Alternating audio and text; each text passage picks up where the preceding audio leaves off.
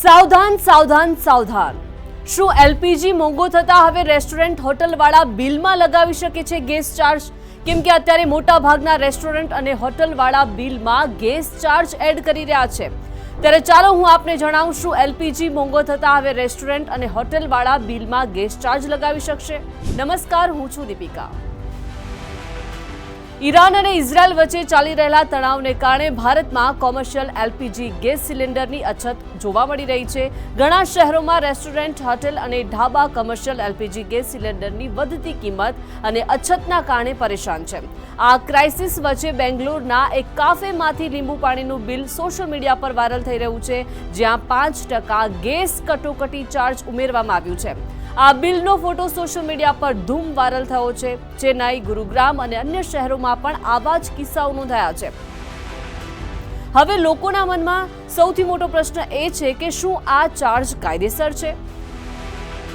તો ભારતમાં ગ્રાહક સુરક્ષા અધિનિયમ 2019 અને સેન્ટ્રલ કન્ઝ્યુમર પ્રોટેક્શન ઓથોરિટીના નિયમો અનુસાર રેસ્ટોરન્ટ ફક્ત ખોરાક અને પીણાની વાસ્તવિક કિંમત પ્લસ જીએસટી લગાવી શકે છે। સર્વિસ ચાર્જ પણ હવે ફરજિયાત નથી। આ સંપૂર્ણપણે વૈકલ્પિક છે। જો કોઈ ગ્રાહક ઈચ્છતો ન હોય તો તેને ચૂકવણી કરવા દબાણ કરી શકાતું નથી।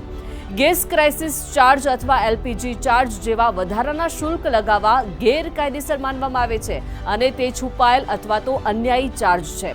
સરકાર અને સીસીપીએ સ્પષ્ટતા કરી છે કે રેસ્ટોરન્ટના બિલમાં કોઈ ડિફોલ્ટ અથવા બળજબરીથી કોઈ વધારાના ચાર્જ ઉમેરી શકાતા નથી।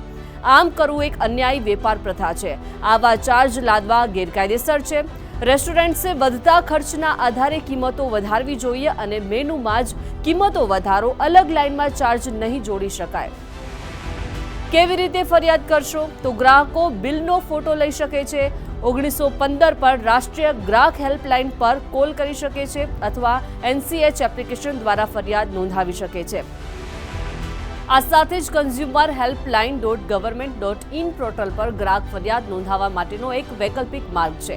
સીસીપીએ આવા કેસોની સ્પષ્ટતા કરે છે કે રેસ્ટોરન્ટ પર દંડ 50,000 રૂપિયા સુધી થઈ શકે છે અથવા તો રિફંડનો આદેશ આપી શકે છે।